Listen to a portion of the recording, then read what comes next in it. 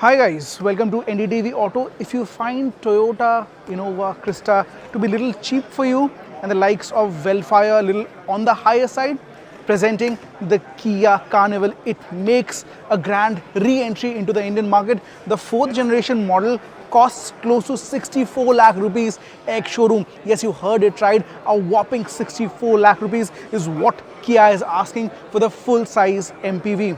Now what's special here?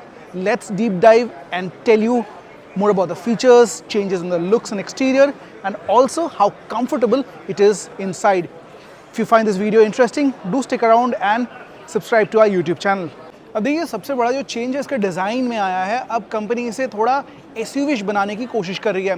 Make no mistake, it's a long car, it's an MPV, लेकिन जो face है you can see it's more upright now. Grille का design काफ़ी चौड़ा बन चुका है, इट्स क्वाइट वाइड, एंड ऊपर जो एलईडी लाइट्स दिए गए हैं दिस काइंड ऑफ एक्सटेंड बहुत अंदर तक आते हैं. You also get the camera right in the middle which means it gets level 2 ADAS and also 360 degree camera. Face को लेके आपकी क्या राय है, आप कमेंट सेक्शन में हमें ज़रूर बता सकते हैं. But then there are signature Kia elements here. For example the tiger nose grille, this chromes around the grille, all of these things आपको किया की छाप ज़रूर दिखेगी, लेकिन it's a brand new face. The LED lights really look different, vertically stacked, and the DRLs on top, this give you that typical Kia effect on the face. 18-inch wheels with this huge profile. I expected probably 19 inch के अगर wheels यहाँ पे दिए जाते तो और ज़्यादा body के साथ सीमलेसली इंटीग्रेट होता. Well it's a long car और साइड प्रोफाइल में आपको वही स्लाइडिंग डोर्स दिख जाएंगे which is very characteristic of Carnival. पीछे की ओर बहुत कुछ बदला है. You get connected LED DRL strip. रात को ये काफ़ी अच्छा इफेक्ट देता दिखाई पड़ेगा. Now you only get the seven seater version now with a Carnival. 2 variants में इसे भारतीय बाजार में उतारा गया है. If you look on the bottom half, यहाँ पे आपको थोड़ा सा एग्रेसिव स्टाइलिंग दिखेगा to make it look more SUVish. और टेल लैम्प का जो डिज़ाइन है this is more like the headlamp. एक वर्टिकल इफेक्ट देने की कोशिश की गई है. द tailgate is again electric, which is a handy feature at this price point. और यहाँ पे इस वक्त seats are folded, the third row seats are folded. So this is the amount of space on offer with all the rows up. I think this can fit in easily 2 full-size bags and a few other things as well. Let's go inside and tell you how much space is there on offer. दोस्तों हम आ पहुँचे हैं carnival के middle रो seats में which are captain seats. और यहाँ पे Ottoman function मिलता है, मतलब you get good support for the thighs. Recliner option मिलेगा एंड ऑल्सो ये काफ़ी हद तक एडजस्टेबल, इलेक्ट्रिकली एडजस्टेबल सीट है.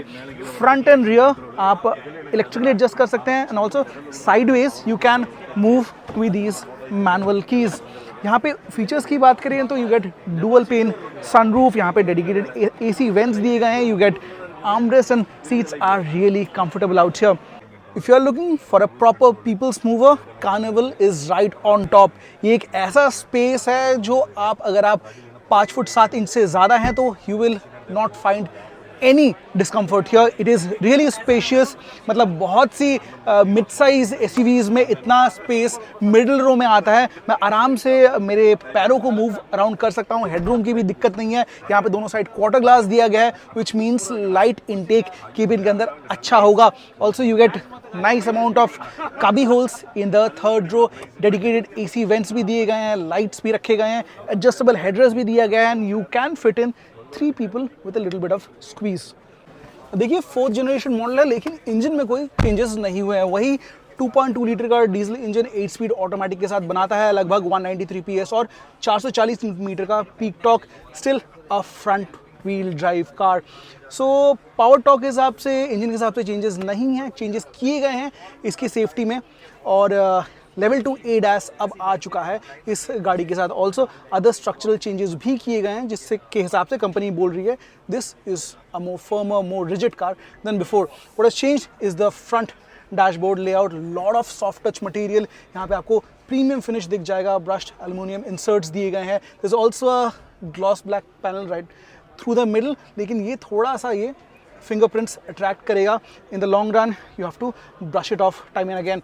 What's also new is the amount of connectivity that this car gets. Now you have twin 12.3-inch displays. It's slightly curved, more focused towards the driver, and overall this should give a nice feel inside the cabin. Also, what has changed is this central tunnel, and the layout has been redesigned. You have lots of space. The main central area has got a deep pocket, couple of cup holders. You have one wireless charging tray, good amount of space to play with. The gear switch selector has also changed a little. You have auto hold function, electronic parking brake, and there is good amount of brushed aluminum finish in the central panel. The front seats are powered, electrically adjustable, come with ventilation feature. And look at the cabin and you can see the interior theme has also changed. There is tan brown leather on the fabric and it gets good complexion with a contrast of black here and there. You get Bose speaker, 12 speaker system, and I assume the sound output will also be quite excellent. We're driving this car somewhere in the middle of this month, so we reserve our opinion on how does it drive. We have a lot to talk about. In case you have any question, if you feel whether you should put your money on Carnival, paying close to 75 lakhs on road, feel free to share your opinion in the comments box. अगर कुछ आपको कुछ जानना है इस गाड़ी के बारे में डिटेल में, आप हमें कमेंट सेक्शन में पूछ सकते हैं. ये वीडियो कैसा लगा बताइए कमेंट सेक्शन में. अगर पसंद आया हो, like, share and subscribe to the YouTube channel.